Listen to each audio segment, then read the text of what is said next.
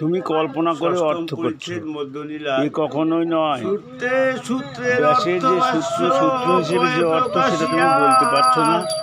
যাই হোক, ভিডিওগুলো পাঠালাম, তোমরা সবাই দেখো, দেখে যদি ভালো লাগে কমেন্ট করো, শেয়ার করো, সাবস্ক্রাইব করো, অনুরোধ। এর মুখ্য অর্থ না করহ ব্যাখ্যান, কল্পনার্থে তুমি তাহা করো আচ্ছাদন।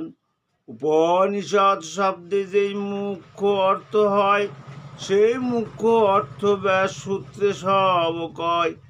মুখ্যার্থ চারিয়া কর গুণার্থ কল্পনা, অভিধাবৃত্তি চারি কর শব্দের লক্ষণা।